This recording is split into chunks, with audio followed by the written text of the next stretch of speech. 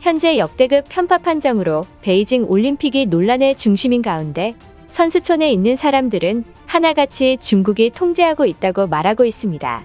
중국은 베이징 올림픽 참가자들에게 휴대폰과 노트북을 압수하고 중국 정부가 제공하는 앱이 설치된 휴대폰을 지급해 선수들과 관계자들을 실시간으로 감시하고 있는 모습입니다. 자유로움이 보장되어야 하는 올림픽에서 선수들은 어쩔 수 없이 임시 휴대폰을 마련하거나 중국 측이 제공하는 폰을 받아 베이징 선수촌으로 향해야 하는 상황입니다. 일부 관계자들과 언론인들의 출입이 허용됐던 도쿄 올림픽과 달리 베이징 올림픽은 선수들의 사생활마저 감시하며 선수들을 마치 로봇 취급하고 있다며 호소하고 있는 상황입니다. 더욱 심각한 문제는 선수들에게 제공하는 선수촌 음식이었습니다.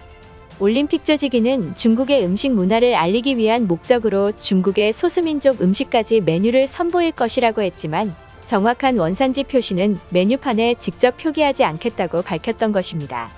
역시나 중국답게 식재료가 어디에 들어간지 숨기기 위해 메뉴판에 표기를 하지 않는 꼼수를 부린 상황입니다.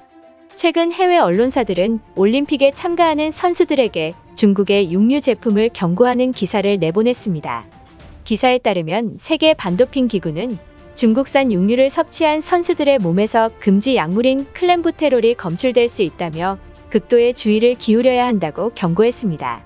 중국에서 제공하는 고기 대부분에서 스테로이드 클렌부테롤 성분이 첨가되어 있는데 이 약물은 돼지와 송아지를 비정상적으로 살찌우기 위해 사용된다고 합니다.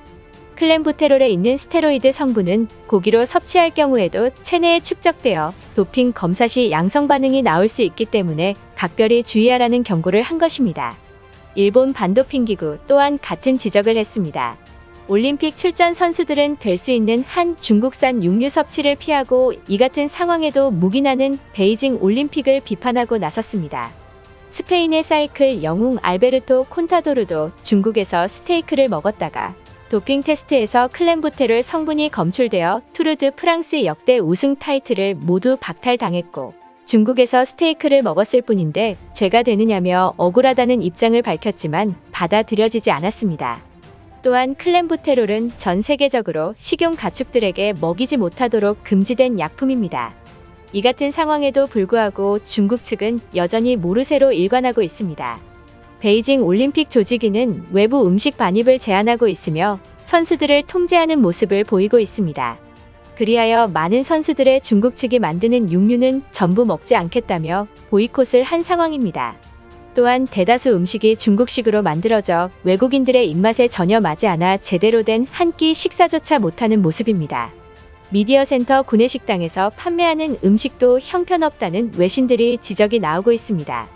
독일 신문의 기자가 우리 돈 10,000원에 판매하는 돼지고기덮밥을 사 먹었더니 쌀밥만 많고 정작 돼지고기는 얼마 없으며 그마저도 뼈가 절반 이상이나 되었다고 지적했습니다.